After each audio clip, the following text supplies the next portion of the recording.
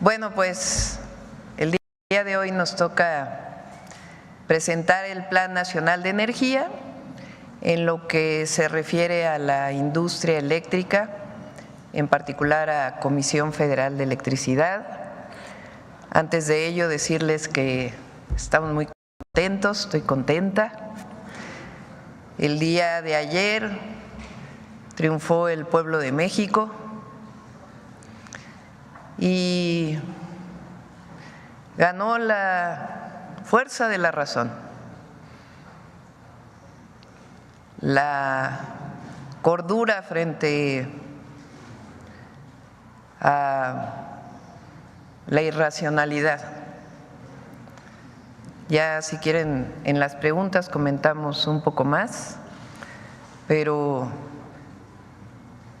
la elección de jueces, ministras, ministros, magistrados, magistradas va el 1 de junio del 2025. La transformación del país es profunda, para bien de todas y todos los mexicanos. Entonces, fue un buen día y hoy hablamos de ello y al ratito también comentamos sobre la elección en Estados Unidos.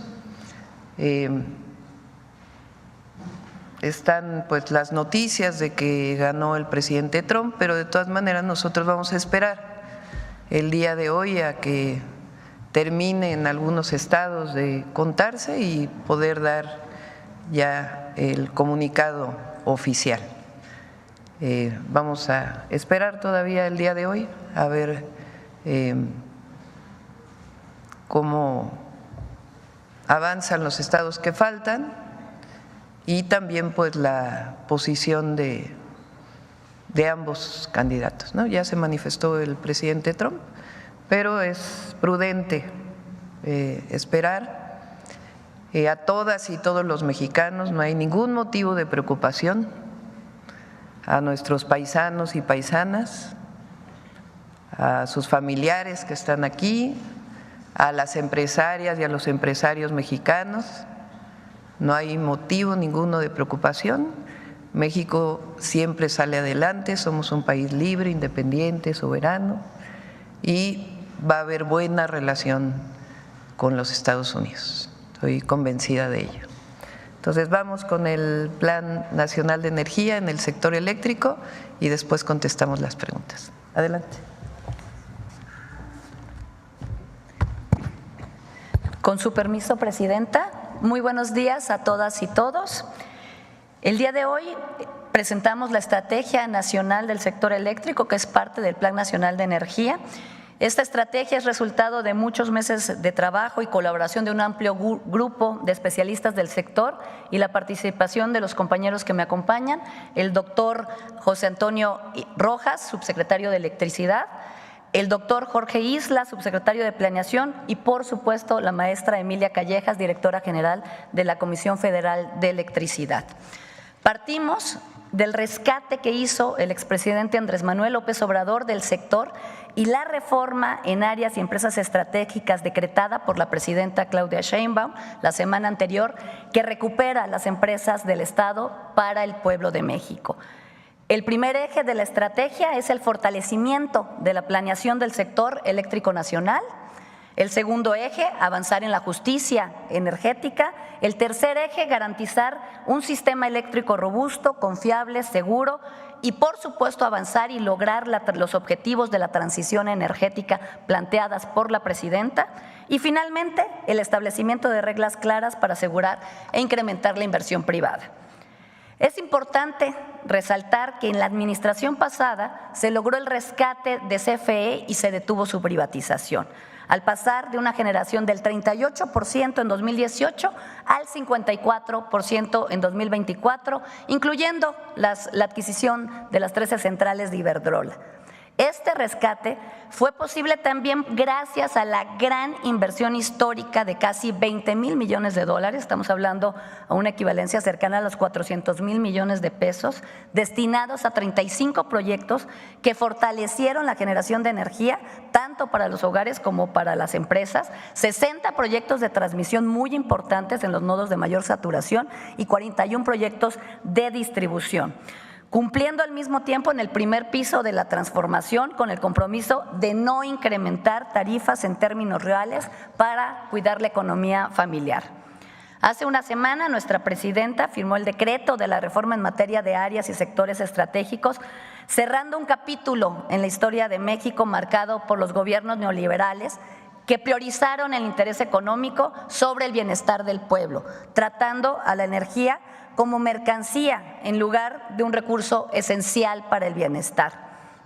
Las modificaciones de los artículos 25, 27 y 28 constitucionales nos permiten fortalecer nuestra soberanía energética y revertir los cambios introducidos en 2013. Con esta reforma logramos recuperar la naturaleza pública de la CFE y con esto devolverle la CFE de nuevo como la empresa del pueblo de México, de todos los mexicanos. Logramos también recuperar la planeación para el sector energético que nunca debimos de haber perdido y lo que nos va a permitir establecer la expansión a mediano y largo plazo e impulsar la transición energética. Por otro lado, dar prevalencia a la CFE para asegurar la continuidad, seguridad y accesibilidad de todos al sistema eléctrico nacional. Y logramos asegurar también y clarificar reglas claras para la inversión privada. Con una nueva estructura operativa que garantice la prestación de este servicio tan esencial, la CFE se fortalece con la reforma, mejorando su capacidad financiera, utilizando instrumentos innovadores en inversiones de proyectos e implementando una política de austeridad para disminuir gastos innecesarios. Ahora pasaré al primer eje de planeación. Para nosotros es fundamental garantizar la soberanía energética, porque es un derecho de todos los mexicanos tener energía suficiente a precios accesibles. Y por otro lado, que las empresas tengan un abasto confiable y de calidad. Para eso, para que también desarrollen sus actividades. Durante mucho tiempo, México fue referente en planeación energética. Nuestro objetivo es que el Estado recupere su capacidad para ordenar, regular y orientar el desarrollo del sector eléctrico y la transición energética con una visión de mediano y de largo plazo, porque para nosotros la planeación es clave para promover un desarrollo equitativo, inclusivo e integral para todas y todos, tema que fue perdido con la mal llamada reforma energética en 2013. Para esto, además, vamos a fortalecer la coordinación con diversas secretarías y todas las áreas que tienen que ver con el sector. Tendremos una colaboración muy cercana con los gobiernos locales, ya que es en este ámbito donde se materializan los proyectos y donde debemos garantizar el bienestar de las personas. El segundo eje es el de justicia energética. Es importante precisar que esta política debe contribuir preferentemente al bienestar de las personas. Nuestro objetivo es que todos tengan acceso a la energía. Por ello, no incrementaremos los precios ni las tarifas por encima de la inflación y mantendremos el subsidio para los hogares más pobres y vulnerables. Además, vamos a llevar electricidad a los hogares que hoy no cuentan con ella, con servicios y con proyectos de generación en sitio, en algunos casos, con fines sociales y comunitarios. Y para cuidar la salud de las personas, especialmente de las mujeres que son las más afectadas en áreas rurales, vamos a implementar un programa de cocinas limpias que sustituyan el uso de leña. También vamos a implementar un programa de paneles fotovoltaicos en el norte del país para beneficiar a los hogares que más sufren durante la temporada de calor y este programa lo vamos a iniciar en Mexicali. Y vamos a fomentar acuerdos entre las empresas privadas y las comunidades para impulsar el desarrollo regional, asegurando que los proyectos beneficien a las localidades donde se instalen. Ahora cedo la palabra a la directora de CFE, la maestra Emilia Callejas, quien compartirá el detalle del sistema eléctrico confiable.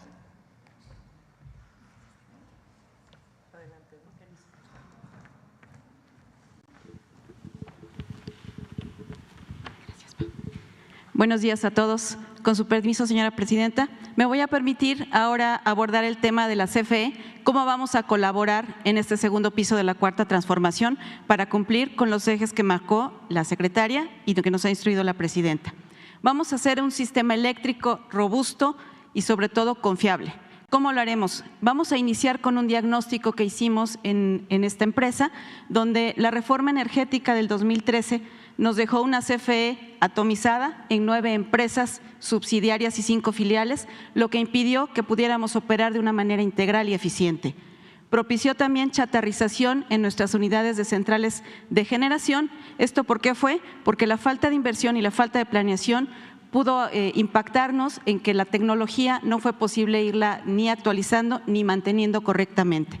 Y por ende se frenó la inversión para nuevos proyectos de generación, lo que impidió también que tuviéramos proyectos como los que se impulsaron en el sexenio anterior para poder modernizar nuestro parque de generación. Se eliminó la planeación. CFE teníamos una fama reconocida a nivel mundial por tener una planeación a largo plazo, estamos hablando de más de 30 años. Esta planeación era una planeación estratégica. Se incrementó también de manera desmedida la generación intermitente sin respaldo. Sí, se apoyó el hecho de incluir generación limpia, sin embargo, esta generación cuando deja de salir el sol o cuando además no hay viento, se interrumpe. Ahí es donde CFE es el que proporciona el respaldo porque esta generación no la tenía. La reforma energética del 2013 también no consideró la confiabilidad. ¿Qué es la confiabilidad y qué es lo que queremos garantizar a todo el pueblo de México? Que vamos a tener una certeza de que a la hora de que nosotros subamos un interruptor de nuestra casa o conectemos un aparato eléctrico, tengamos el suministro de energía eléctrica. CFE quedó impedida legalmente con esta ley de la reforma energética 2013 para que nosotros pudiéramos comprar la energía que nosotros mismos estamos produciendo. Se otorgaron permisos de generación sin considerar todos los refuerzos técnicos que debe de llevar la red asociada para poder garantizar la confiabilidad que tanto estamos ahorita cuidando. Y por último, la competencia desigual en el mercado que surgió a raíz de esta reforma privilegió al sector privado sobre la CFE. Adelante. ¿Qué estamos aquí también ilustrando? Nosotros, a través de lo que se instrumentó en la administración anterior con el presidente López Obrador, se instruyó la decisión de rescatar la CFE. ¿Por qué? Porque de seguir esta tendencia que observamos en esta gráfica, en el 2024 tendríamos un 16% únicamente de participación en la generacional y esta tendencia de seguir seguramente nos llevaría a un escenario mucho más crítico. ¿Qué pasó? Con esta instrucción, a partir del 2018 se recuperó con el plan de rescate de la CFE y actualmente gracias a los proyectos impulsados en la administración anterior tenemos ya garantizado que llegaremos hasta un 54% de generación a finales de este año. Adelante, por favor. ¿Esto qué está diciéndonos? Estamos garantizando que la soberanía, que la energía eléctrica es perteneciente al pueblo de México. CFE implementó un plan de inversión histórica a partir de este rescate de la CFE. Este rescate consistió en cerca de 20,000 millones de dólares aplicados a las áreas principales de la CFE, que fueron en generación, transmisión y distribución. Con esta distribución de presupuestos y garantizando con esta generación y 35 proyectos de modernización y de repotenciación, así como de nuevas centrales de generación, que íbamos a tener 13,920 megawatts de capacidad adicionales. ¿Qué quiere decir esto? Si consideramos que un megawatt es el equivalente a 100,000 focos LED de 10 watts, estamos implementando esa cantidad de energía en nuestro país. ¿Y qué está pasando también? Estos 13,920, para que nos demos una idea del impacto que tienen estos proyectos, equivale a poder atender la energía máxima de los estados de Jalisco, Michoacán, Tlaxcala, Nuevo León, Durango, Guerrero, Campeche y Veracruz. Y además se adquirieron las 13 centrales que eran privadas para incrementar aún más la capacidad de CFE en 8,539 megas. Esto fue asociado a proyectos en transmisión y distribución que garantizan la llegada de estos megawatts a cada una de nuestros hogares. Adelante, por favor. Estas son las fortalezas de CFE. que quiero resaltarlas. En primer lugar, está a cargo de la confiabilidad, porque como mencioné hace rato, todas las energías intermitentes, ahí es donde está CFE al momento que se termina el suministro tanto de energía solar como del viento, ahí es donde entra CFE a dar el respaldo y a que continuemos teniendo energía eléctrica en nuestros hogares. Pero también durante los 21 años que llevo yo como trabajadora de la CFE, puedo garantizarles que todo el personal que tenemos en CFE trabaja continuamente para poder dar esta confiabilidad y garantizar la energía eléctrica en cada uno de nuestros hogares. ¿Cómo lo hace? En primer lugar, generando. Tenemos un grupo de operadores y de técnicos especialistas en cada planta de generación que te garantizan que ante una falla, una interrupción o cualquier eventualidad, rápidamente distinguen cuál es la falla, la corrigen y se recupera la generación. Para nosotros atender las emergencias naturales, ahí entra la parte de transmisión y distribución con los trabajadores electricistas de primer nivel que tenemos. Son reconocidos a nivel mundial y se encargan de restablecer, como pueden ver aquí en las fotografías, de la manera que realmente es extraordinaria. ¿Qué hacen? Incluso trabajan desde barcas para poder llevar hasta sus hogares de manera rápida y confiable de nuevo el servicio de energía eléctrica. Otra fortaleza que es también tiene que ver con las fuentes de intermitencia, que vuelvo a repetir, nosotros somos los que damos el respaldo y recuperamos la confiabilidad. Adelante, por favor. CFE ha implementado el plan de confiabilidad de acuerdo a las instrucciones de la Presidencia y del plan de la Secretaría de Energía con acciones de carácter preventivo. Aquí estamos procurando que no ocurran los eventos. ¿Cómo lo hacemos? Con una planeación y acción técnica, operativa y sobre todo estratégica. El segundo punto nos habla de nuestro programa de mantenimiento de centrales de generación en general. Aquí lo que estamos haciendo es aplicar de manera certera los recursos que tenemos asignados para poder dar resultados plausibles. ¿Qué quiero decir con esto? Se hace un diagnóstico del estado de cada una de las unidades, se aplica el presupuesto en las partes donde realmente nos van a recuperar o bien la cantidad de megawatts que debemos de generar o bien van a eficientar nuestras unidades utilizando menos combustibles para poder producir más energía. Además, tenemos una gestión oportuna de los inventarios de los combustibles que nos van a garantizar que vamos a tener también esa continuidad del suministro de energía eléctrica.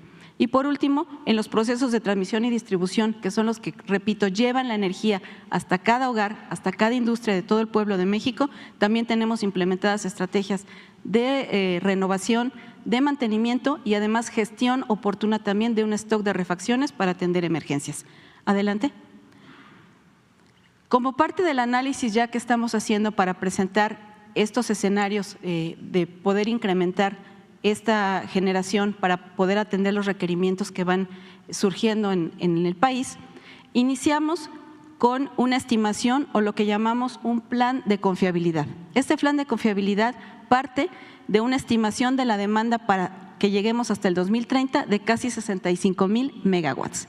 Esta estimación y este plan de expansión que es de confiabilidad únicamente porque es nuestro plan base para partir de ahí la planeación, está estimando el Producto Interno Bruto, los polos de desarrollo, el crecimiento de la población y los usuarios de la industria eléctrica, todos los precios de combustibles y cómo vamos a crecer la población económicamente activa.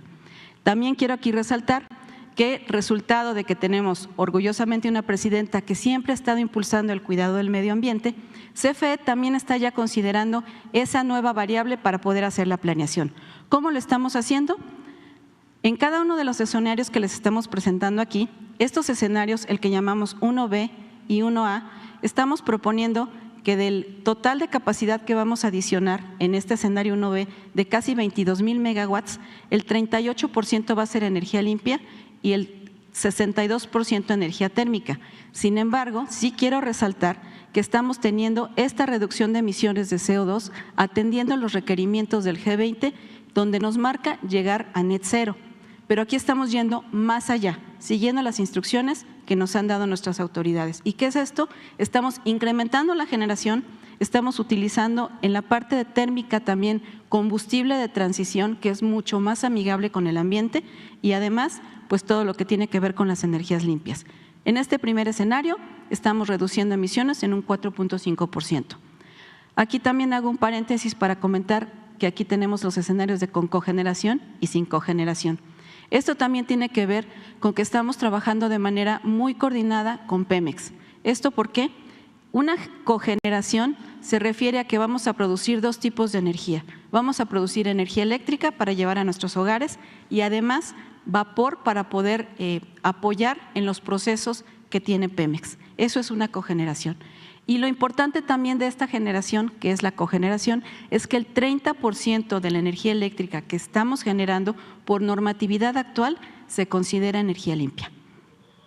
El segundo escenario, que es el escenario 1A, es pensando en que la planeación de CFE para este sexenio no va a requerir que estemos proporcionándoles a ellos la cogeneración. Aquí estamos hablando de que se reduce un 36% la energía limpia y el 64% igual, con energía térmica, con combustibles de transición. Aquí la reducción pues es de 2.7%.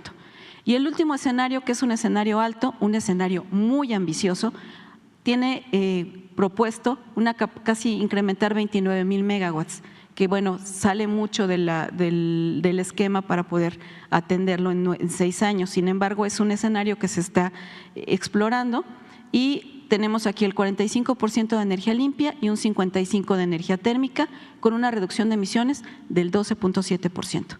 Adelante.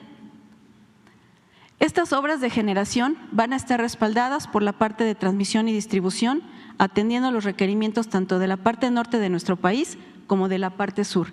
Y esto es lo que garantiza que vamos a llevar energía eléctrica a cada uno de los hogares, industrias y comercios del pueblo de México, con una inversión total para refuerzos de red en 7,403 millones de pesos, con esta línea de tiempo de cómo van a estar las inversiones a lo largo de este sexenio. Adelante.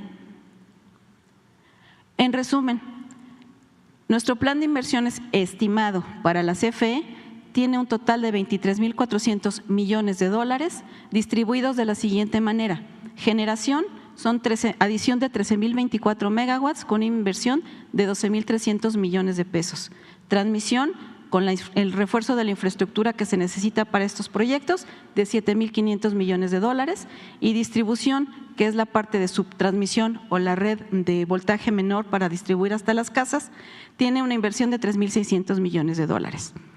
Con esto quiero también comentarles que así como cerraba yo mis intervenciones en la EPS1, donde era yo la directora, les puedo decir que vamos a seguir iluminando vidas y también iluminando a México. Muchas gracias.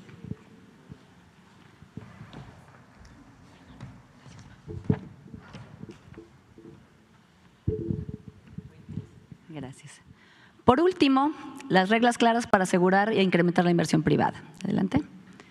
Decirles a todos y todas que, como la presidenta ha instruido, se mantendrá la participación privada con un porcentaje de hasta el 46% en la generación eléctrica.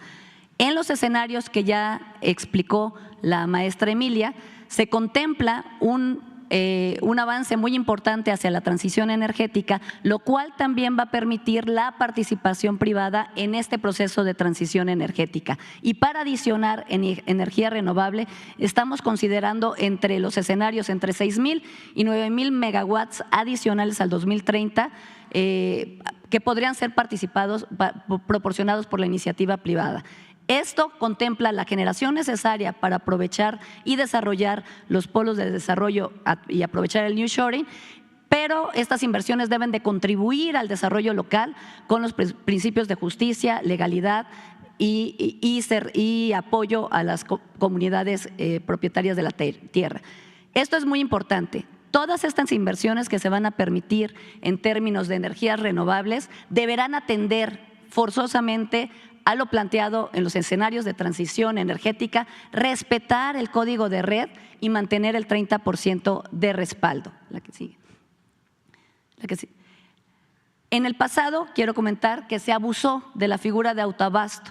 La figura de autoabasto es legal, pero el abuso y se generó un mercado alterno ilegal en el cual se utilizaba la red de transmisión sin pagar, se generó un mercado de venta de energía, no a través del mercado eléctrico, sino a través de contratos directos entre empresas que son ilegales.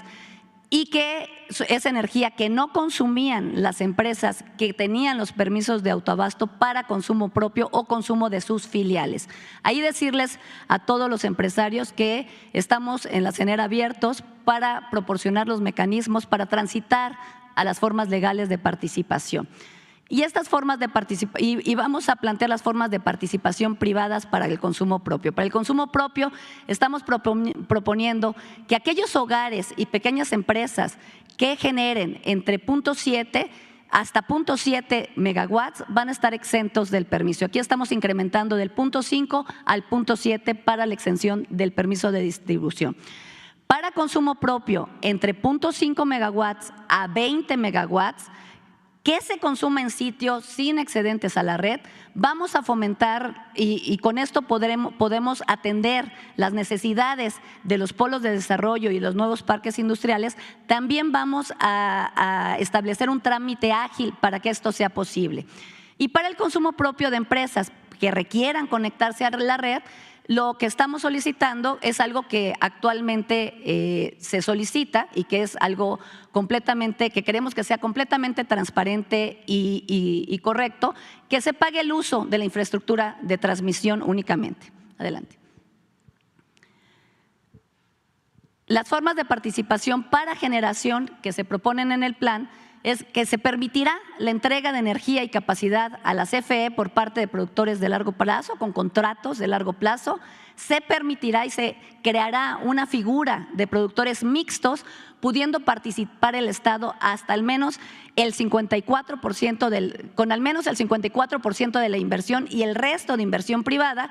Y los generadores para el mercado eléctrico podrán seguir existiendo, pero cumpliendo con los requerimientos de confiabilidad y respaldo en caso de ser energías intermitentes y estar en concordancia con el Plan Nacional de Energía. Adelante. Por último, decirles a todos y todas que vamos a implementar el establecimiento junto con la agencia digital, el establecimiento de una ventanilla única y una estrategia de simplificación administrativa. Queremos que las inversiones se realicen de manera correcta, pero también de manera ágil, reduciendo los costos. Vamos a tener una coordinación muy intensa entre todos los organismos del sector para lograr tener un trámite expedito. Vamos a utilizar tecnología y trazabilidad para saber exactamente en dónde se encuentra el trámite que requieren y, por supuesto, reducir el número de trámites y tiempos y costos para beneficio de todos los empresarios. Adicionalmente, estamos garantizando que mantendremos la independencia técnica de los reguladores con los que contamos y que estarán todos alineados a la planeación de largo plazo. Adelante. En conclusión, decirles que tenemos una estrategia muy sólida en el sector eléctrico con una perspectiva de largo plazo. Con la reforma recuperamos las empresas públicas para el pueblo, fortalecimos la soberanía energética y estamos garantizando que no se aumentarán las tarifas de electricidad por arriba de la inflación y apoyaremos a quienes menos tienen. Adicionalmente, estamos proponiendo que los proyectos que se van a desarrollar tanto por la CFE como por el sector privado se desarrollarán con esquemas financieros innovadores y sustentables. Vamos a avanzar de forma sostenida y muy decidida en la transición energética y reduciremos el impacto ambiental y las emisiones que causan el calentamiento global, contando con esquemas claros para la inversión privada. Muchísimas gracias. Es cuanto, Presidenta. Bueno, con esto nada más un resumen muy rápido. El objetivo es garantizar la energía eléctrica para todas y todos los mexicanos y para el desarrollo del país. ¿Cómo se hace? Al menos el 54% de la generación eléctrica es de Comisión Federal de Electricidad. El 46% se permite ese porcentaje para la generación eléctrica de privados. Esta es una propuesta que se hizo desde el periodo del presidente Andrés Manuel López Obrador, incluso se envió como la ley de la industria eléctrica y fue echado para atrás por la Corte. Hoy que hay la reforma constitucional es factible nuevamente presentar las leyes secundarias que se estarán presentando en los primeros meses del próximo año. La reforma constitucional establece 180 días. Entonces, se fortalece a la Comisión Federal de Electricidad y 46% de generación eléctrica privada. CFE va a seguir creciendo, va a seguir fortaleciéndose. ¿Cómo? Con esquemas financieros ya aprobados, con los cuales vamos a seguir aumentando el número de megawatts de generación, y un porcentaje muy importante de ellos va a ser de fuentes renovables de energía. Pero para que se incrementen las fuentes renovables de energía necesitamos un respaldo, porque las fuentes renovables pues solamente generan cuando hay sol o cuando hay viento y se requiere un respaldo técnicamente. ¿Cómo se garantiza esto? Con una planeación energética, que fue parte de lo que recuperó el presidente López Obrador y que se perdió durante el periodo del 2013 al 2018 al instrumentar la famosa reforma energética. Entonces recupera la capacidad de planeación, se ponen reglas claras para el 46% y queda muy claro cómo va a seguir creciendo Comisión Federal de Electricidad. Y las tarifas a todas y a todos los mexicanos se van a mantener en términos reales y va a continuar el subsidio, que también es muy importante, para todos los usuarios de energía eléctrica de escasos recursos. Este es el plan de energía. ¿Perdón? Es parte de lo que estamos analizando hacia las leyes secundarias. Hay instrumentos que ayudan y hay otros que no ayudan, pero va a ser claro, va a ser transparente y nos va a ayudar al desarrollo de la nación y al fortalecimiento de la soberanía energética. Bueno, ahora sí vamos a las preguntas. Carlos. Doctora, ¿cómo está? Buen día. Carlos Guzmán de Avan Noticias 4 Media de Veracruz. No me levanto porque están las cámaras allá atrás y pues les tapo, pero bueno. Regresando al tema de Estados Unidos, sí me gustaría, antes del de energía, porque sí, ojalá ahí nos puedan hablar de precisiones del tema de energía, pero el de Estados Unidos sí sería importante ver, obviamente, pues va a esperar unas horas, ya mencionó, para pronunciarse sobre lo que pasó pues vamos ayer. Vamos a esperar a los avances el día de hoy. Pero es preguntarle, ¿ya contempla un escenario, como ayer decía, con el tema del Poder Judicial, que tenía por ahí otro plan? ¿Ya contemplaba ya usted esto que está a punto de suceder en Estados Unidos? Y si ya habló con Marcelo Ebrard, que fue el que finalmente el sexenio pasado pues ayudó mucho al tema de la renegociación del TEMEC. Sí, vamos a esperar el día de hoy.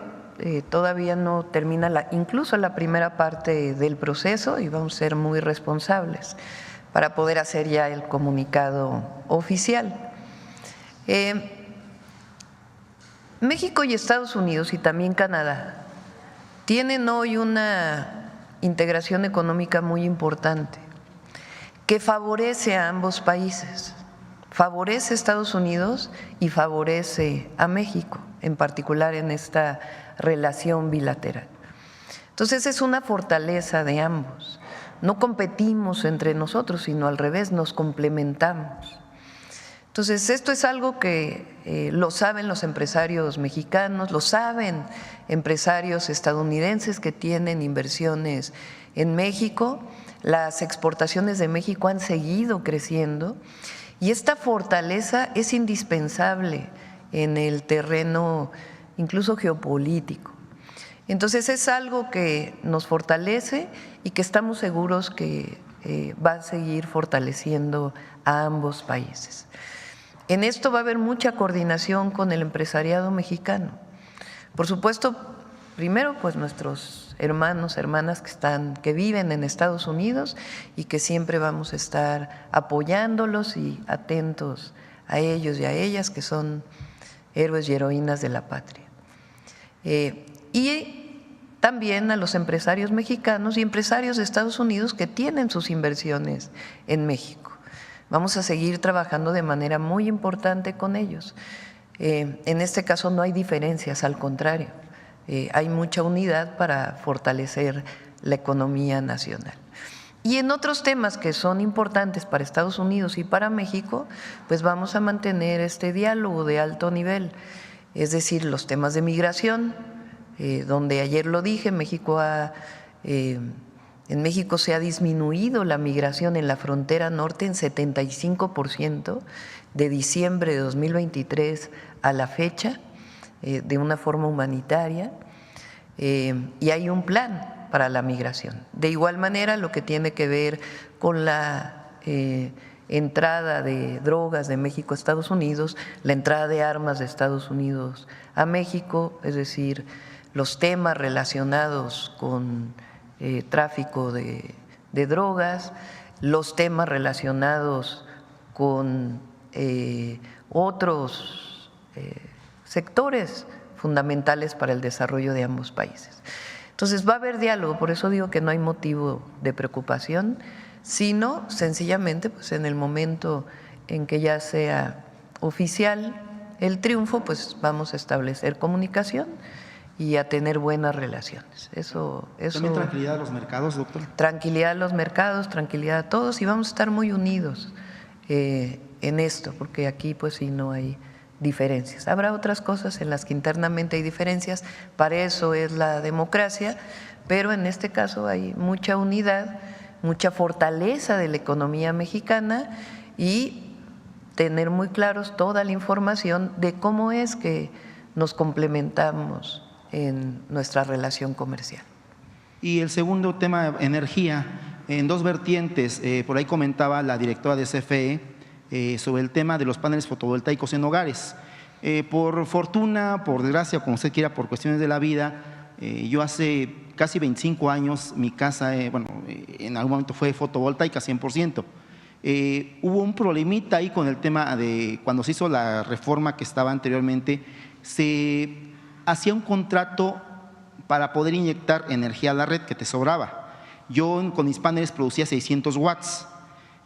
Tenía un conjunto de 8 baterías, eran de plomo, después fueron de lo que es de gel, hidrogel o algo así se llama, lo hace ver la directora. Pero el tema es el siguiente, es preguntarles si este plan, por aquí decía el compañero de Oaxaca, de un programa que se tiene para subsidio a hogares, si se contempla, como usted lo hizo en alguna medida a gran escala en la central de abastos, que incluso recibió un premio ese plan que tuvo ahí para poner paneles fotovoltaicos, si se contempla darle facilidades a la gente para que, no sé, su crédito Infonavit, que creo que hay una parte que se maneja como fondo verde o algo así, ella lo ha de saber la directora, si se contemplan facilidades para que la gente, aparte del apoyo estatal, por su cuenta podamos, me incluyo porque yo ya tengo ese sistema, podamos producir energía y también inyectarla a la red. Le digo que a mí me pusieron un medidor bidireccional que si yo consumía más energía de la que necesitaba, la red, la CFE me la vendía. Y si yo producía más energía, le inyectaba a la red, pero no había como una contraprestación. Es preguntarle si se contempla eso y en qué esquema se contempla, porque sí es importante para la gente que en dado caso producimos nuestra energía con paneles fotovoltaicos. Y la segunda, doctora, para ya dejarle el micrófono a otra persona, sobre su plan de autos eléctricos. En México hay dos marcas 100% mexicanas. Una es Vemo, que es una que tiene unos carritos para taxis, y la otra es Sacua. Sacua es una empresa 100% poblana, mexicana, que incluso por ahí el gobernador Armenta, gobernador electo, ya maneja un carro eléctrico. Es preguntarle, ¿va a contemplar su auto eléctrico que usted va a impulsar, asociarse o pedirle alguna cuestión de asesoría a estas dos empresas mexicanas, o lo va a hacer individual, y con qué tecnológicos lo haría, con el Politécnico, con la UNAM? ¿Cómo lo haría, doctora? Muchas gracias. Sí, sobre el tema de paneles fotovoltaicos,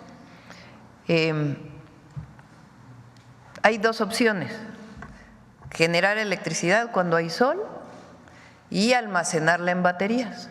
y entonces te queda almacenada para poderla utilizar en la noche. Eso evidentemente cuando tienes las baterías pues resulta más oneroso, porque hay que comprar los paneles y aparte las baterías. Eso pues tiene una generación solamente en el hogar o en el comercio. La otra opción es que tengas solamente los paneles, o bueno, puede ser mixta, ¿verdad? Pero que tengas los paneles, consumes cuando se genera, cuando hay sol, y después ya lo que no utilices, ¿qué haces con ello? Entonces, hay una opción que es inyectarlo a la red para que de ahí se suministre a otros usuarios. Para ello, pues tienes un medidor que te descuenta lo que estás inyectando a la red del posible consumo que puedas tener de la red. Eso es lo que Luz Helena explicó, que se va a permitir hasta 0.7 megawatts. ¿Por qué no es más? Pues porque toda la red eléctrica requiere cierta sostenibilidad, requiere garantías de operación técnicas. Entonces, si se inyecta más, pues estás inyectando a la red por todos lados y puede tener problemas incluso de voltaje. Entonces, por eso es hasta 0.7 megawatts. Antes era hasta 0.5, ahora estamos incrementando 0.2 megawatts.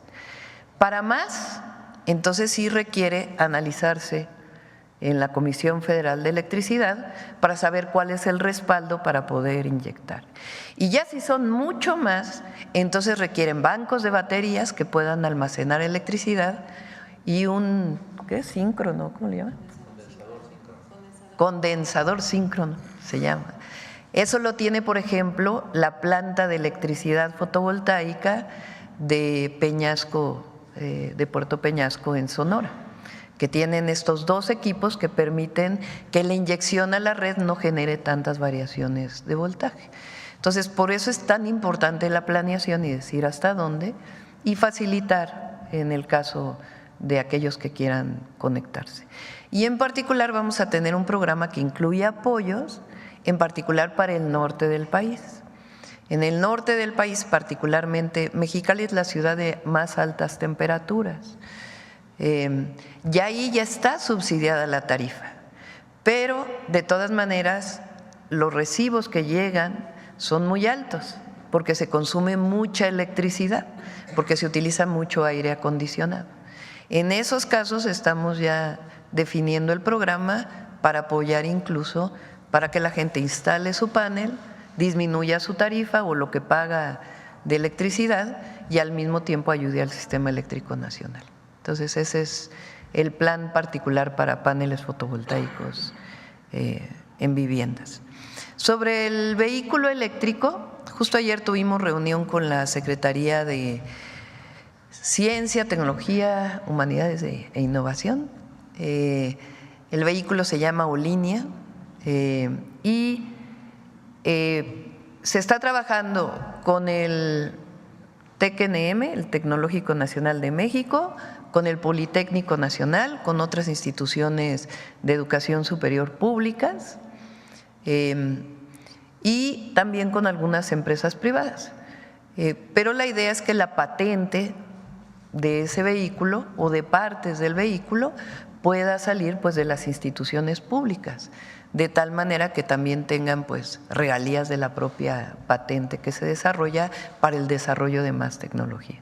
Y sí, hay empresas nacionales, algunas que tienen muchísimos años, que han desarrollado motores eléctricos y otras que ya tienen los vehículos eléctricos, aunque importan una parte muy importante particularmente de la electrónica. Entonces aquí lo que queremos es aumentar la producción nacional para el propio vehículo eléctrico, que es un vehículo compacto, pequeño, que no queremos que sea caro, porque entonces pues no va a tener accesibilidad a las familias en México. Acá.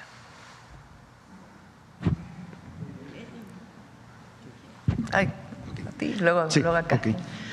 Muy buenos días, presidenta, Ramón Flores del Centinela Informa, de Humanoid y funcionarios que la acompañan.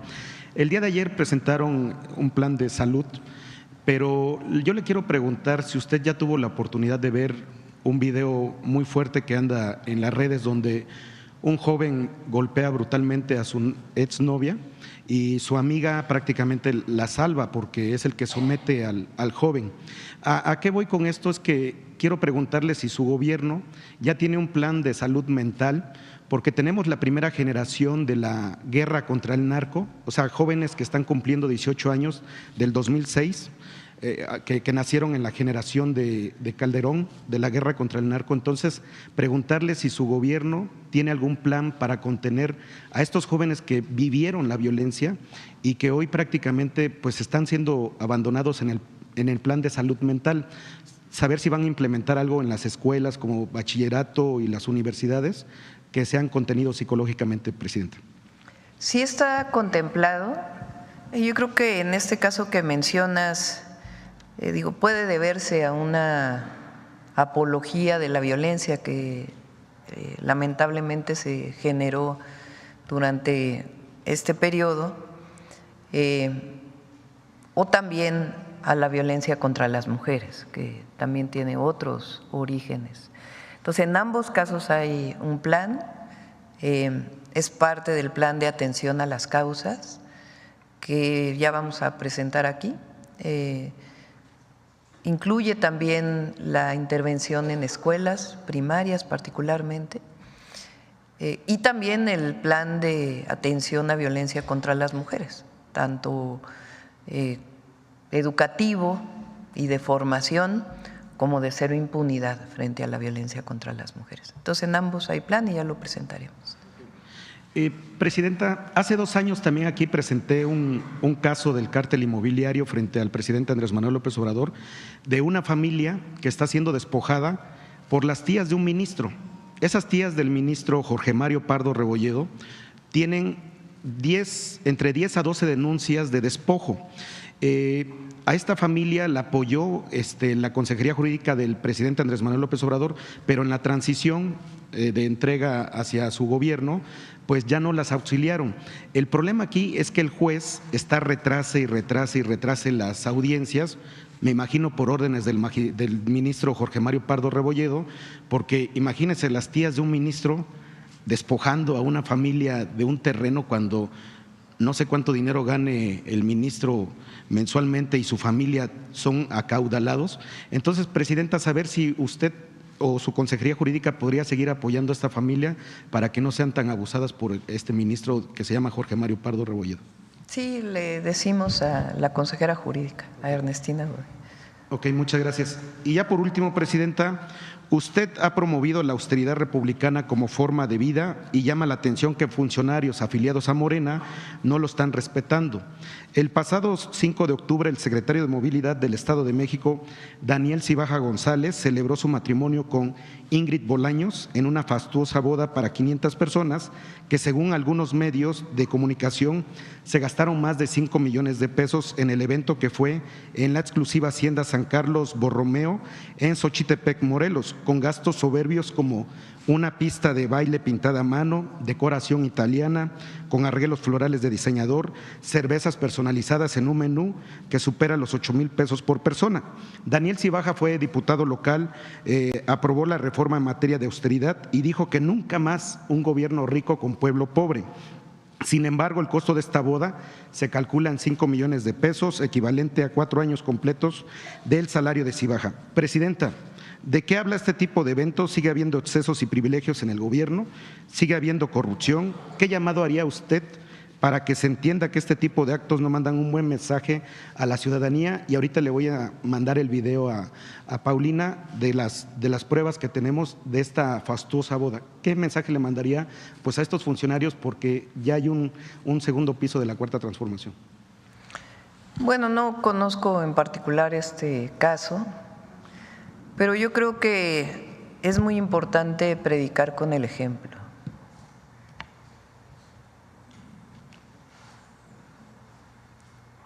Nosotros tenemos una gran responsabilidad como movimiento, como servidores públicos. Servidor público, servidora pública quiere decir servir al pueblo. Y servir al pueblo quiere decir también vivir en la justa medianía. Hay personas que tienen recursos, porque es distinto, creo yo, de dónde vienen estos recursos, que en todo caso hay personas que pueden tener recursos familiares, bien habidos, y también la otra parte pues es el dispendio, digamos. Entonces yo creo que hay que comportarnos siempre con el ejemplo, cuidando siempre nosotros no creemos en los privilegios y representamos un movimiento de transformación. Entonces es muy importante siempre predicar con el ejemplo. Pero bueno, vamos a ver en particular este caso. Gracias, presidenta. Mariana Madrid, de Albavisión. Bueno, pues ayer, después del anuncio, como avanzaron las elecciones, pues el peso se depreció. Saber su opinión respecto a esto. ¿Piensa que puede ser algo normal, algo recurrente durante la administración de Trump? ¿Se tiene considerado algo pues para revertir esto o cree que solo fue pues lo momentáneo del anuncio? Sí, he estado en estos días con esta subiendo y bajando en estos días. De acuerdo con los analistas, hablan que la mayor influencia es por la elección en los Estados Unidos y por eso digo que no debe haber motivo para que tengamos preocupaciones. Va a haber una buena relación, yo estoy convencida de ello y nuestra economía está muy sólida, está muy fuerte. Y bueno, ahí está siempre el Banco de México que toma sus propias decisiones frente a ello. Siguiendo con Estados Unidos, por experiencia ya hemos visto que no necesariamente todo lo que el candidato Trump dice en su campaña se cumple, pero de alguna forma su gobierno va a tener un acercamiento para sensibilizarlo, para a lo mejor mitigar algunas de estas pues extremas medidas que ha anunciado. ¿Cuáles serían los temas prioritarios para su gobierno, además de la migración que ya mencionó? Sí, lo que digo es que vamos a buscar esta comunicación en el momento que ya sea oficial el triunfo y va a haber buena relación. Siempre hay sus características con cada uno de los presidentes, pero yo estoy convencida que va a haber una buena relación. Gracias. Y cambiando de tema, pues saber su opinión sobre la terna que se va a discutir en el Senado para presidir la Comisión Nacional de Derechos Humanos. Gracias. Pues es una decisión del Senado. Entiendo que hay 3 mujeres candidatas y pues el Senado de la República tiene que decidir. Es una decisión del Senado.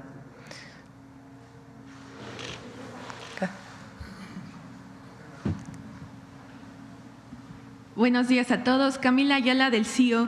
Presidenta, con este proyecto de energía, con este Plan Nacional de Energía que presentan, ¿estarían confirmando entonces que durante el sexenio van a seguir los organismos reguladores de energía como la CRE? Pues se había presentado esta reforma para eliminar los órganos autónomos y se había señalado que la CRE pasaría a la Secretaría de Energía, pero ¿cómo sería el funcionamiento?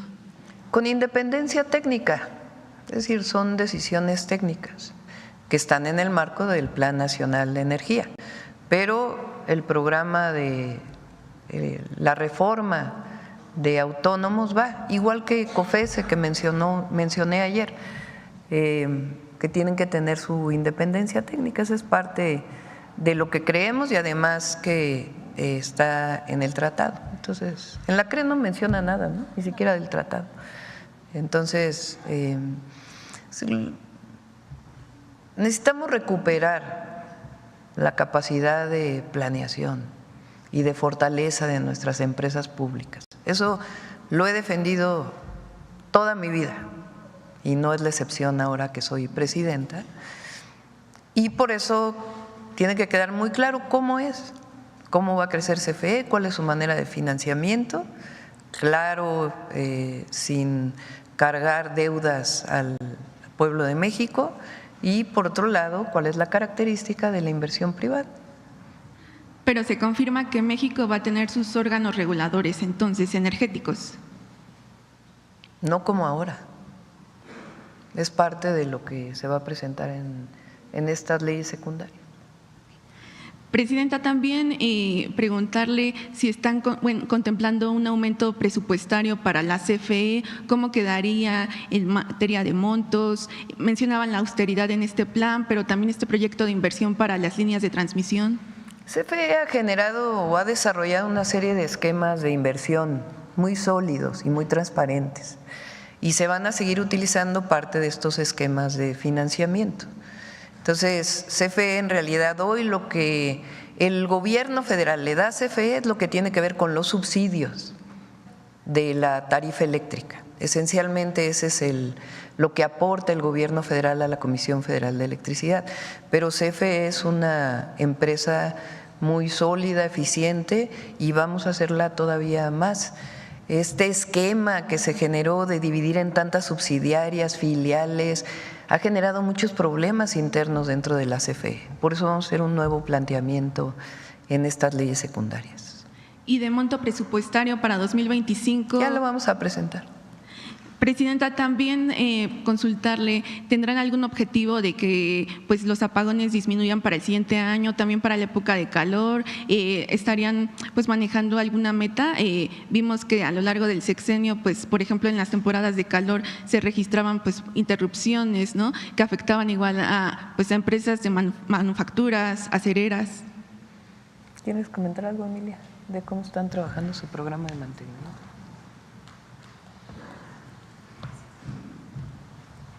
Al respecto, me voy a permitir comentarles, el plan de expansión precisamente contempla los requerimientos que se tienen detectados tanto para crecimiento como los actuales.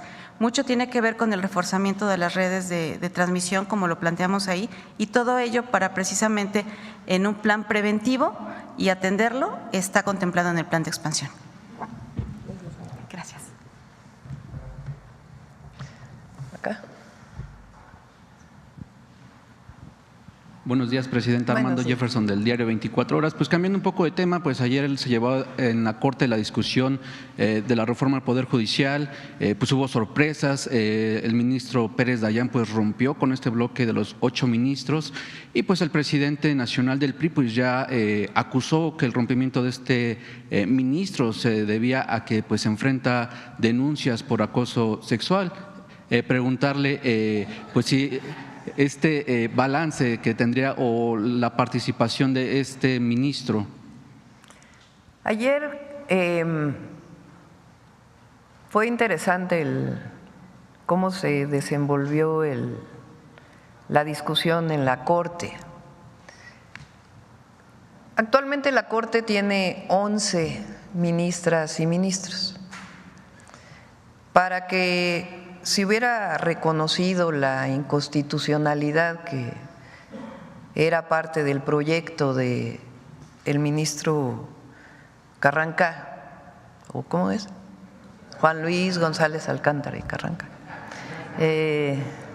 Sí. Se requería que votaran 8. Así está establecido. Hoy que lo conforman 11.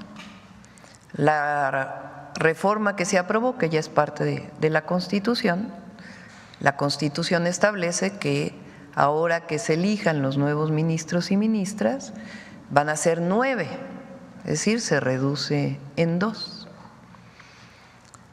Entonces, en el primer caso, en la votación, se requerían 4 votos para que no avanzara la inconstitucionalidad.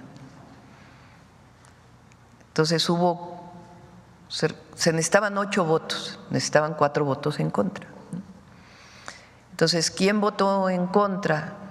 Pues fueron la ministra Yasmín Esquivel, la ministra Loreta Ortiz, la ministra Lenia Batres y también el ministro Alberto Pérez Dayán. Y yo los invito a que escuchen la intervención del ministro Pérez Dayán. Las otras 3 ministras también hacen intervenciones muy importantes. Pero el ministro Pérez Dayán lo que dice es: no estoy de acuerdo con la reforma, pero eso no quiere decir que mi opinión personal implique que pueda ser aceptado un proyecto de inconstitucionalidad, porque pues ya está en la Constitución. Él incluso dice que hay otros casos donde él votó así.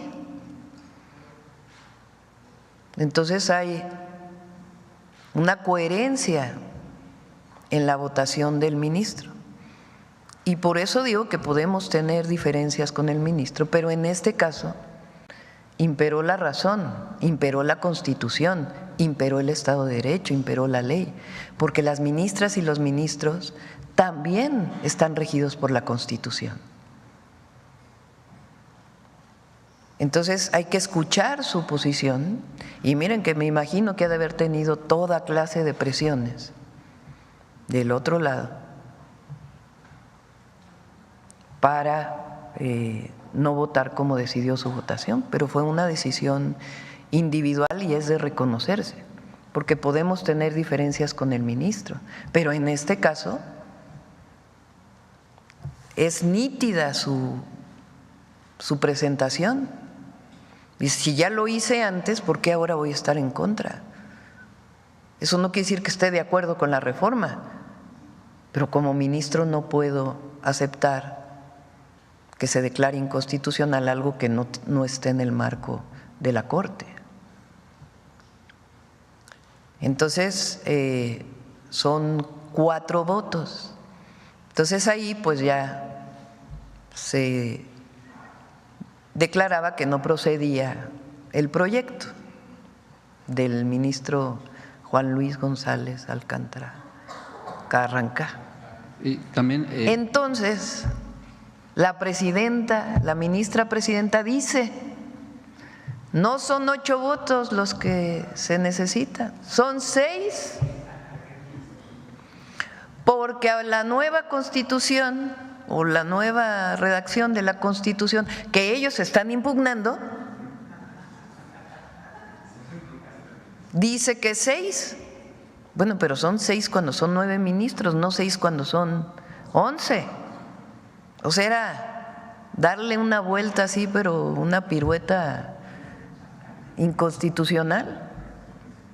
Y ahí otros 2 ministros dicen, a ver, o sea, no podemos hacer eso, que fueron el ministro Luis María Aguilar y el ministro Pardo, que también no estamos de acuerdo con ellos en muchísimas cosas, pero finalmente dicen, a ver, no, esto no puede ser. Por eso digo que imperó la razón, digo, triunfa el pueblo de México y la Constitución y el Estado de Derecho, pero también impera la razón frente a la sinrazón, la cordura frente a la locura.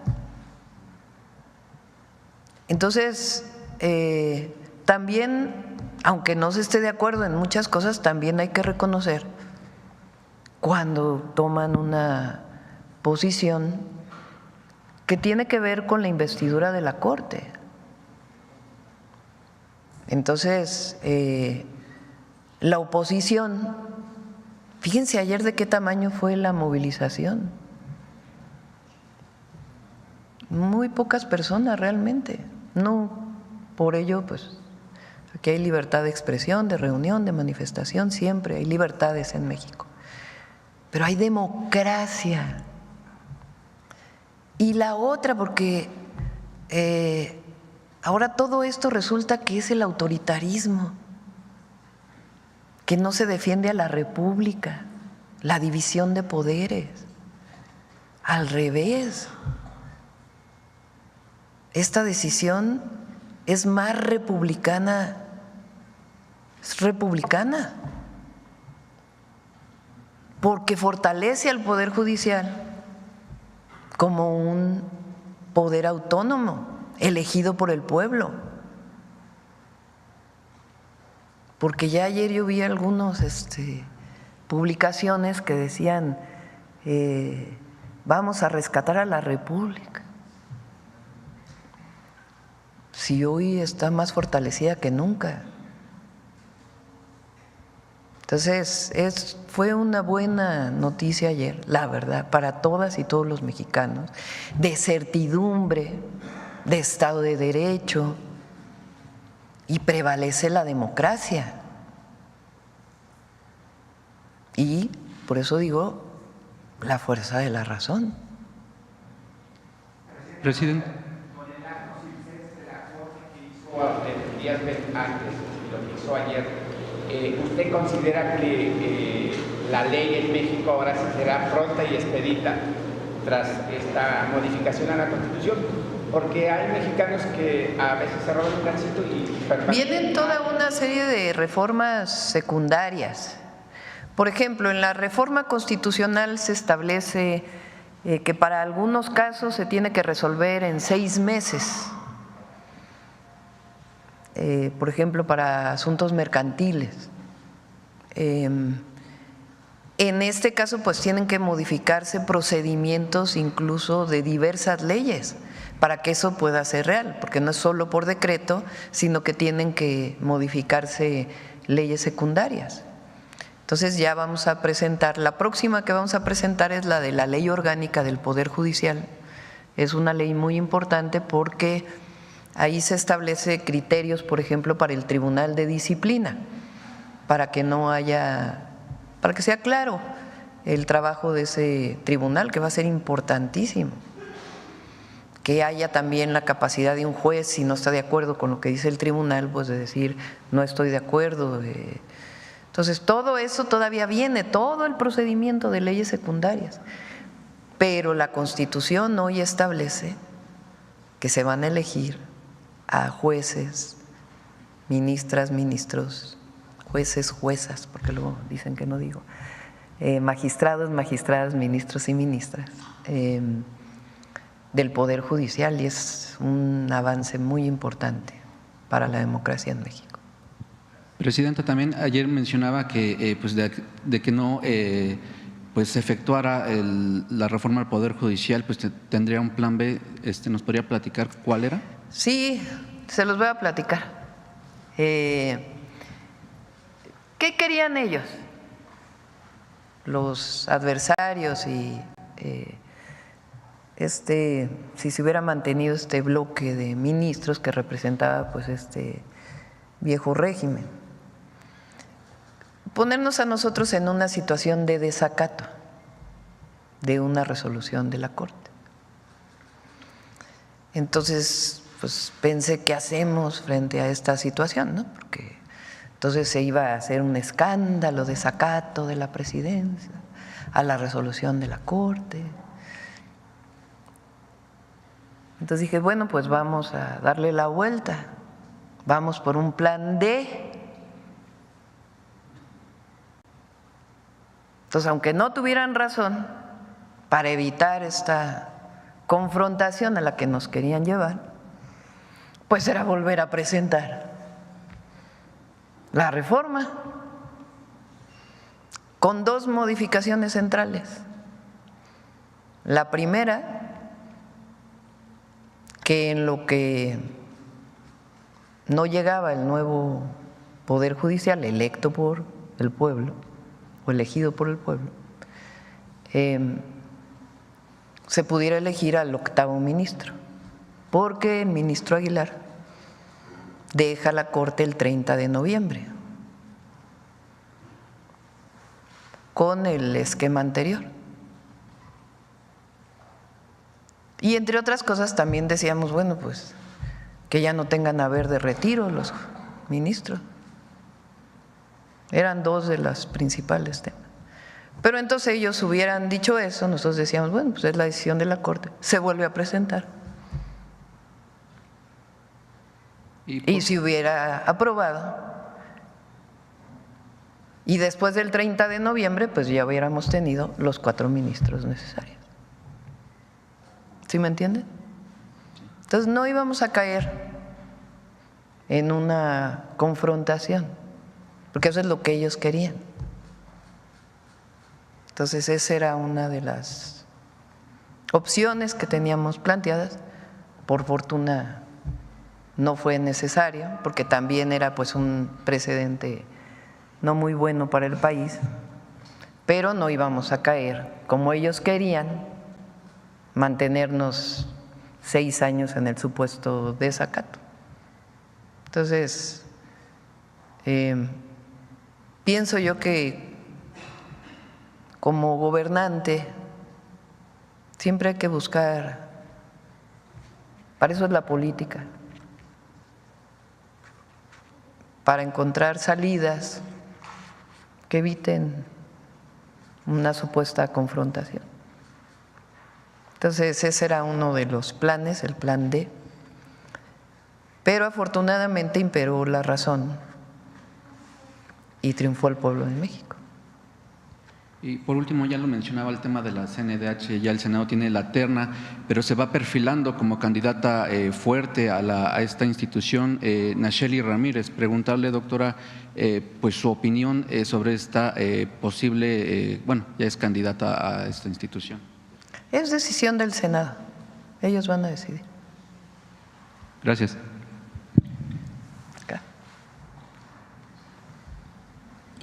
Gracias, presidenta. Sandra Aguilera, de Grupo Larsa Comunicaciones. Presidenta, antes que nada, muchas gracias a nombre de la persona que se vino de León y que la trasladaron al siglo XXI. Estuvo muy grave, ya la habían desahuciado, pero ya despertó. Ya despertó y ya puede un poquito bailar con la cabeza. Y está mucho mejor. Muchas gracias en nombre de ella y de sus padres. Por otro lado, presidenta, el gobernador de Veracruz, Cuitlahua García, informó que Marco Antonio Conde, de la Escuela de Maestros Estéticos, perdió los amparos que interpuso en Veracruz, por lo que le suspendieron los REBOEs. Además de que la COFEPRIS dijo que los egresados de la Universidad del Conde y el Instituto de Estudios Superiores en Medicina representan un riesgo para la salud de la población. Sabemos que ya cerraron las maestrías, sin embargo siguen las publicaciones de esas escuelas en redes sociales utilizando los REBOEs que ya están cancelados, y los doctores sin esa especialidad de cirujanos plásticos siguen operando, inyectando biopolímeros chinos que obviamente no están certificados por COFEPRIS y están matando a mucha gente. Para que esto cambie se necesita la Ley de Salud, que ya aprobó la Cámara de Diputados y la Comisión de Salud de la Cámara de Senadores. Solo falta que suba al Pleno para que den su reconocimiento los senadores. Y aquí lo que yo le quiero pedir es que si le puede dar prioridad. Ya sé que tienen muchas reformas, pero prioridad para que puedan apoyar a que pase esta ley, porque es muy importante, porque muchas vidas dependen de ¿Cuál ella. ley? La ley de salud, donde los cirujanos plásticos certificados son… Sí, lo has mencionado varias veces, Ajá. es cierto. Lo voy a revisar. Ay, me la Es paso cierto. mencionando. Es cierto. Pero ojalá ya pueda pasar al Pleno, porque Sí. no ha podido. Si les da la recomendación, se lo agradecería muchísimo. Y por otro lado, recordarle que los pabellones de salud de cirugía reconstructiva para atender a las víctimas de estos cirujanos, como es el Hospital General, ha sido insuficiente, ya que la cantidad de pacientes rebasa por mucho la capacidad de este pabellón. Usted me comentó que ya que usted entrara en funciones, lo iba a ver con el doctor Kersenovich, y una buena sugerencia sería que hubieran hospitales del sector salud que cuenten con las instalaciones y hacer jornadas para atender a estas personas. Esa es una sugerencia que me gustaría que la tomaran en se cuenta. lo planteamos ahí al doctor Kersenovich. Por otro lado, doctora, tengo unas personas que se acercaron a mí, que son ejidatarios de Jalisco, que les pagaron, sus ejidos ya se los pagaron. El superior agrario ordenó la indemnización, solo que los funcionarios de primer nivel del Ayuntamiento de Zapopan firmaron un convenio para pagar al ejido por el terreno y acordaron darles 145 millones. Sin embargo, esto se lo pagaron a un difunto. O sea, esto está pagado a una persona. Tenemos aquí la el acta de defunción. Y pues bueno, ellos están peleando, ya acusaron a estos funcionarios que cómo lo pagaron a un difunto tanto dinero, 145 millones, y piden a usted su opinión o cómo pueden hacerlo. Ya hicieron una denuncia para poderlo a los funcionarios públicos, a la Fiscalía Anticorrupción del Estado. Sin embargo, saben que pues la Fiscalía de Anticorrupción está aliada con los mismos funcionarios que se quedaron con el dinero. Entonces es lo que están denunciando. Si quieres ahora, aquí está Adriana Contreras que nos ayuda. Perfecto. Muchas gracias, doctor. Gracias. ¿Quién más? A ver, por acá. Gracias, presidenta. Isa Osorio, de Telemundo. Presidenta, ¿cómo va a fortalecer el Gobierno de México la protección de mexicanos en Estados Unidos ante la amenaza de una deportación masiva que pretende realizar el presidente electo Donald Trump? Y segundo, ¿qué mensaje le manda a esos mexicanos, a esos paisanos que están en esta situación de ilegales en Estados Unidos y que tienen miedo a enfrentar estas deportaciones masivas del presidente electo en Estados Unidos? Gracias. Sí, vamos a estar siempre con ellos y defendiéndonos. Esa es nuestra tarea y nuestra función. Y vamos a presentar ya muy pronto todo el esquema de apoyo por parte de los consulados, porque los consulados van a modificar de manera muy importante la manera en que atienden y facilitan los apoyos legales y administrativos que requieren todos nuestros hermanos y hermanas que están en Estados Unidos. Y precisamente hablando de consulados, ¿sabe quién quedó en lugar de Jorge Islas, el excónsul en Nueva York, que renunció por acusaciones de acoso laboral al frente del Instituto de las Mexicanas y Mexicanos en el exterior? Si ya tiene un reemplazo y si no, pues cómo va a enfrentar precisamente en Nueva York y los mexicanos que viven ahí estas amenazas del presidente electo. Bueno, él sacó un comunicado. Siempre que hay una acusación de este tipo, pues hay que hacer la investigación. Él sacó un comunicado y está atendiéndolo el doctor de la Fuente. Y en el caso de la coordinación de consulados todavía no tenemos una decisión.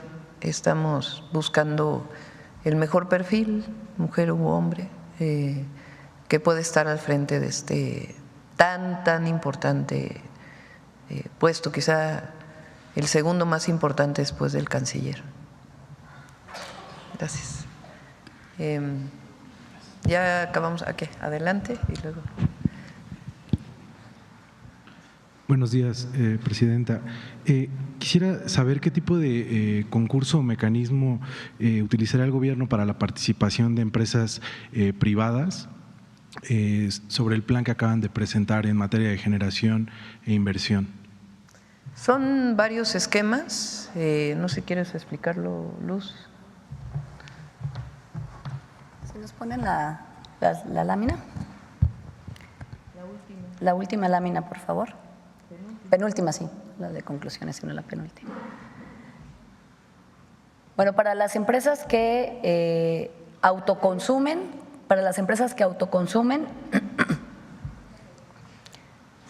la anterior. Estas son para las empresas que autoconsumen.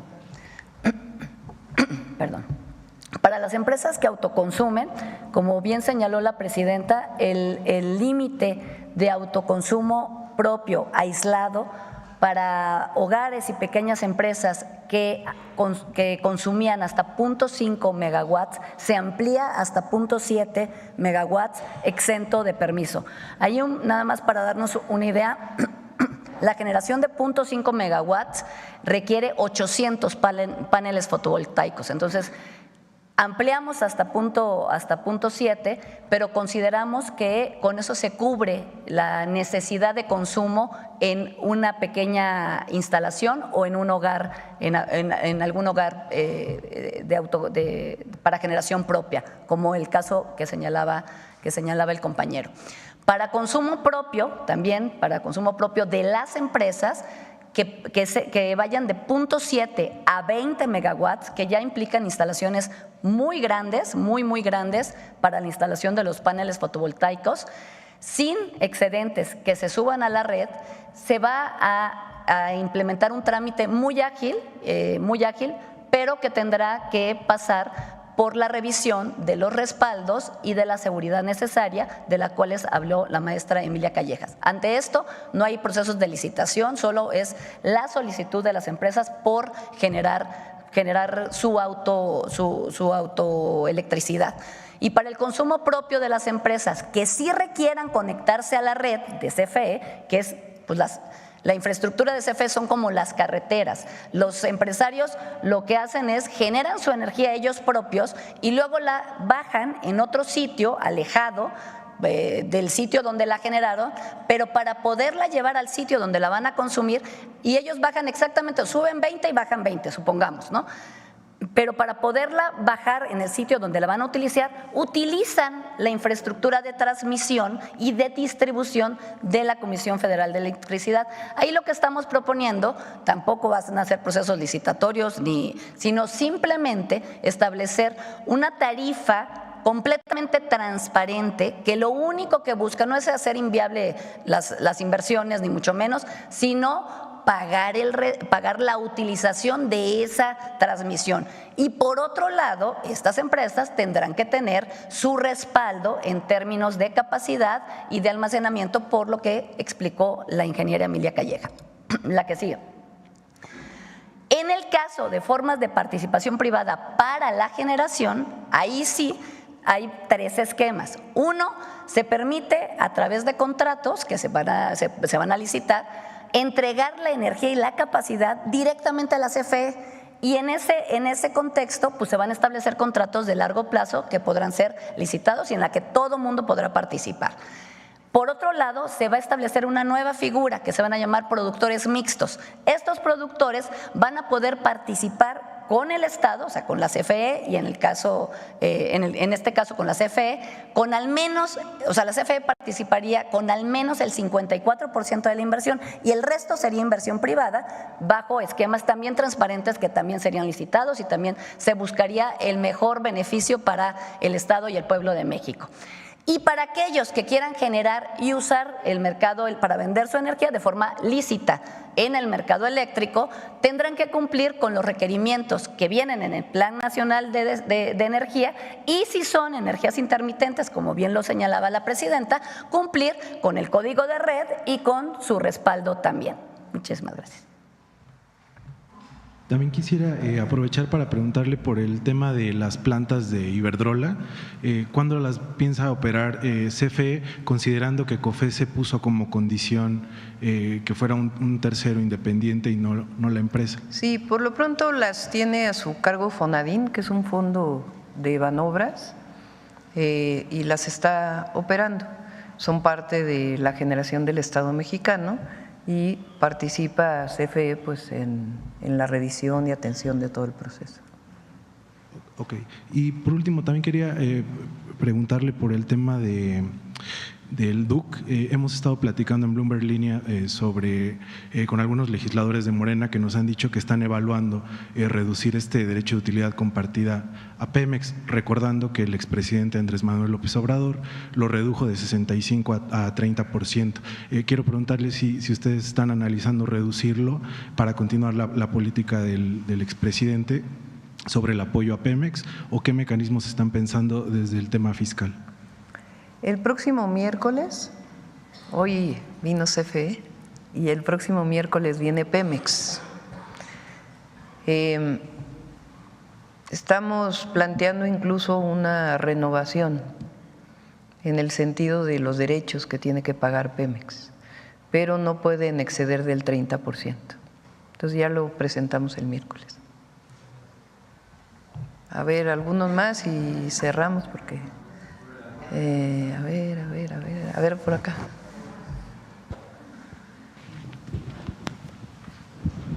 Presidenta, qué gusto saludarla. Ramón Ramírez Gutiérrez, de Noticieros El Reloj. Presidenta, vivimos un momento histórico para las comunidades y grupos afromexicanos. La ley de autonomía, que no es soberanía, representa algo trascendente en la historia de México que poco lo hemos valorado, creo, como sociedad. Sin en cambio, y quiero preguntarle si la Presidenta de la República, en representación del Estado mexicano, va a ir a entregar a alguna comunidad esta ley, este hecho histórico.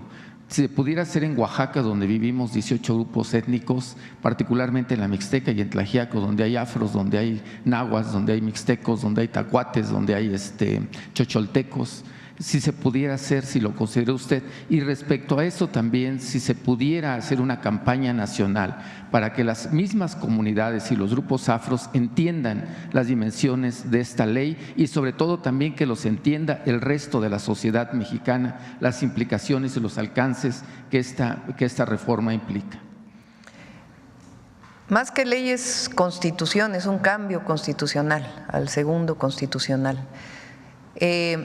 En este momento el Instituto de Pueblos Indígenas está haciendo la traducción a las 68 lenguas de la reforma constitucional y también se tienen que hacer una serie de leyes secundarias que también tienen que pasar por consulta pública, no las podemos nosotros emitir si no pasan por la consulta de los pueblos. Estamos trabajando en ello, pero coincido plenamente en que es también una de las transformaciones más profundas, el reconocimiento pleno de los pueblos y comunidades originarias y afromexicanas. Y tenemos una reunión con el INPI donde incluso tenemos que avanzar para que haya presupuestos para los pueblos y muchos otros derechos que se generan a partir de este cambio constitucional. Entonces estamos trabajando en ello y sí vamos a ir a alguno de los pueblos, incluso ya hay en algunas zonas que ya se venía trabajando con el presidente, pero ya está listo la devolución de tierras.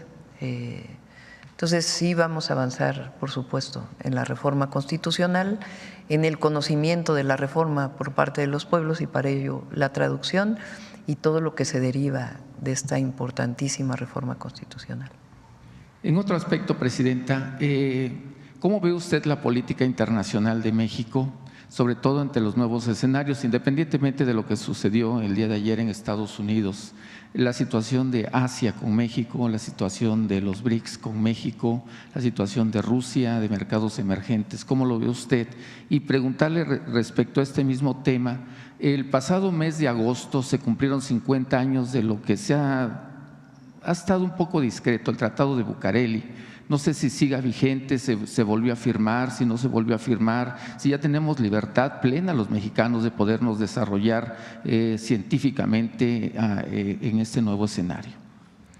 El viernes viene el canciller Juan Ramón de la Fuente.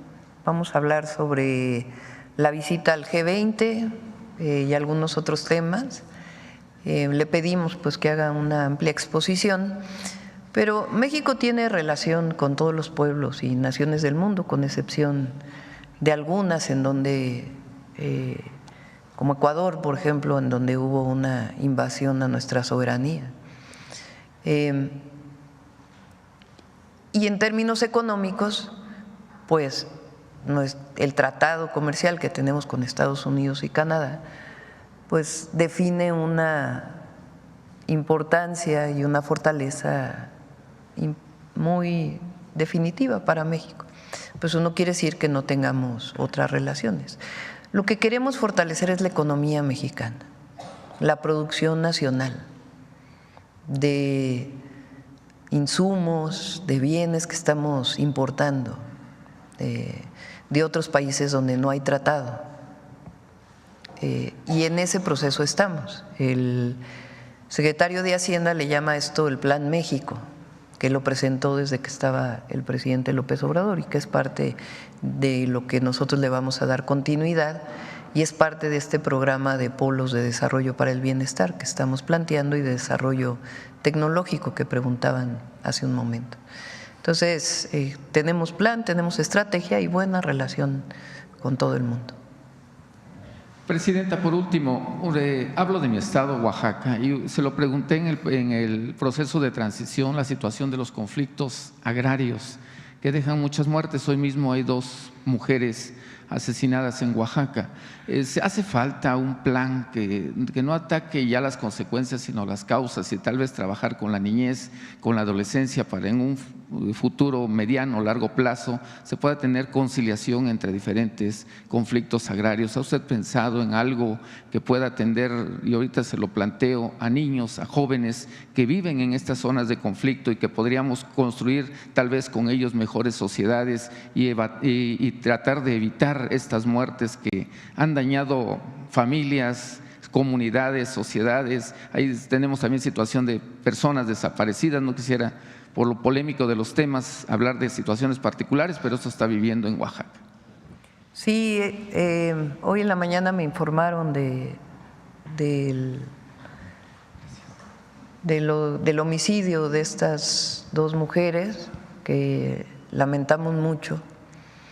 Y en efecto, hoy planteé al subsecretario de Derechos Humanos que se ha venido atendiendo, particularmente en la zona Triqui, pero hay que fortalecer esa atención de estos conflictos agrarios, donde particularmente Oaxaca tiene pues una parte muy importante, y tenemos que, en coordinación con las comunidades, poco a poco ir atendiéndolo. Pero sí, en efecto, tiene que ser una parte de la atención a las causas. Aunque la violencia es por otros motivos, nuestro objetivo es que haya paz en todo el país. Bueno, la última, porque a las 9:30 tenemos una reunión importante. A ver, vamos por acá, ahí está. Gracias, buenos días, señora presidenta. Alberto Marroquín Espinosa, de JF Informa desde Cancún, frecuenciacat.com, y es ahora AM. Presidenta, el año pasado habíamos tocado un tema sobre una familia aquí en México, la familia Vivas, que pide su apoyo para una expropiación formal. Es una familia que era dueño de 820,000 metros cuadrados aquí en la Ciudad de México desde hace ya más de 100 años, pero al paso de los años se fueron ocupando las vialidades con escuelas y vialidades y todo, y nunca se les pagaron. Hoy en día se tienen reconocidos 205,000 metros y no tienen la capacidad financiera para pagar los 78 millones de pesos que les piden de impuestos por parte de la Ciudad de México, y pues no tienen esa capacidad financiera ellos para cubrir eso, y ellos pues piden que ese terreno que ellos tienen se podría hacer una expropiación formal donde se podría ocupar. Incluso ellos que ven las mañaneras, ya es una familia ya adultos mayores, ya de arriba de 85, 90 años. Y es una familia muy grande, ¿no? Pero pues de ellos se les ocurre que ese terreno se podría ocupar pues ahora para su programa de casas, ¿no? De viviendas de interés social, porque realmente está en Tetelpa, San Ángel, en la delegación Álvaro Obregón. Incluso ahí hay un vaso regulador. De verdad es una gran oportunidad, a lo mejor que ellos quisieran de esa forma decir, bueno, todos los juicios que tienen ellos, decir, bueno, que ya se deriman todo ese tipo de juicios que estén en su contra, y ellos también, obviamente, pues tratando de defenderse un poco de todo lo que les están viviendo hoy en día ellos, ¿no? Ojalá se hiciera algo al respecto. Digo, yo sé que es un tema de la Ciudad de México, pero que usted ya fue jefa de gobierno, que ojalá los pudieran apoyar. Sí, le pedimos también a Adriana que nos ayude para atenderlo. Okay. En otro tema, presidente, también yo he señalado los temas de el daño patrimonial al ISSSTE por parte de los sueldos de los mandos medios del gobierno federal. ¿Por qué? Porque normalmente el sueldo está integrado por el sueldo base más una compensación garantizada. Normalmente un mando medio, un subdirector, por ejemplo, o un jefe de departamento, su sueldo base es de entre 8,000 a 9,000 pesos, 9,500 pesos. Y a lo mejor ya con la compensación pueden llegar a ganar de 25,000 pesos hasta 50,000, 60,000 pesos. Pero cuando se jubilan con los 8,000 pesos, incluso se jubilan con menos del salario que tienen sus trabajadores de base. Normalmente un trabajador de base dentro del gobierno federal, no sé, en la Semarnat, en cualquier otra secretaría, pues un trabajador de base puede fluctuar su salario base entre los 9,000 a los 16,000 pesos, 17,000 pesos, que es el salario promedio del IMSS. Alguna vez Zoé Robledo en una mañanera explicaba cómo en el caso del IMSS, los salarios que no reportaban los empresarios, porque siempre reportaban un salario menor al real, entonces había un daño patrimonial hacia el IMSS. Es algo similar que está ocurriendo dentro del ISSSTE, porque es un daño hacia el ISSSTE, porque obviamente la aportación que dan esos trabajadores, los funcionarios, los mandos medios, pues es mucho menor a lo que realmente están percibiendo como un salario, ¿no? Ojalá ahí se pudiera también verlo también la Secretaría de la Función Pública y también la Secretaría de Hacienda. Sí, cómo no, lo revisamos. Ok, muchas gracias. Gracias. Bueno, cerramos con una… ¿De dónde vamos de gira? Vamos a San Luis Potosí, Durango y Zacatecas este fin de semana. Cerramos con un video de El Detector de Mentiras y con la frase: con el pueblo todo, sin el pueblo nada. Adelante.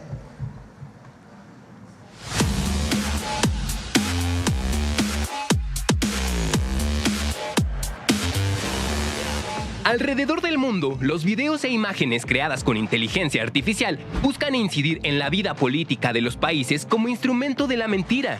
En México, la presidenta Claudia Sheinbaum es blanco continuo de ataques con videos falsos creados con esta tecnología.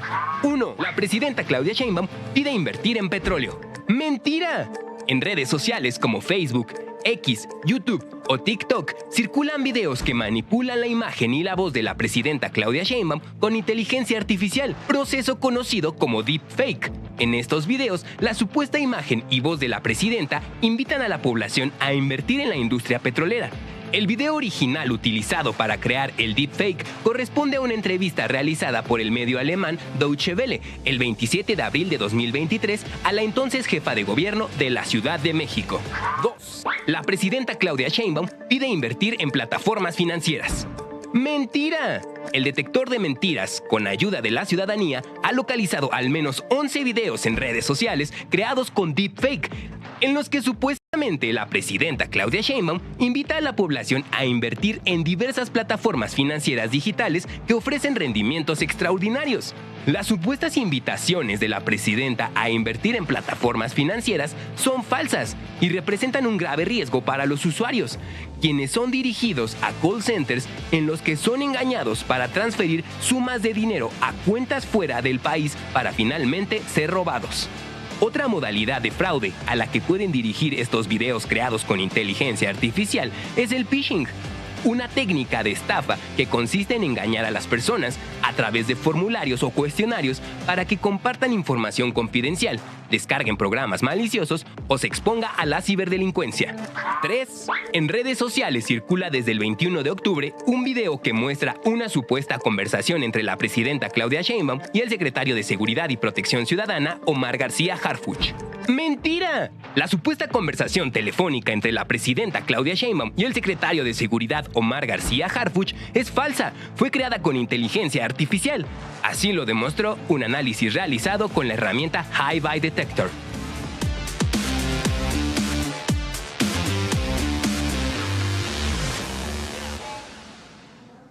Con su permiso, Presidenta, solo para recordar que de Infodemia MX recibimos las solicitudes de desmentidos a través del correo electrónico detectordementiras@infodemiamx. Muchas gracias, buen día, Presidenta. Gracias. Hasta luego, buenos días, nos vemos. Vamos.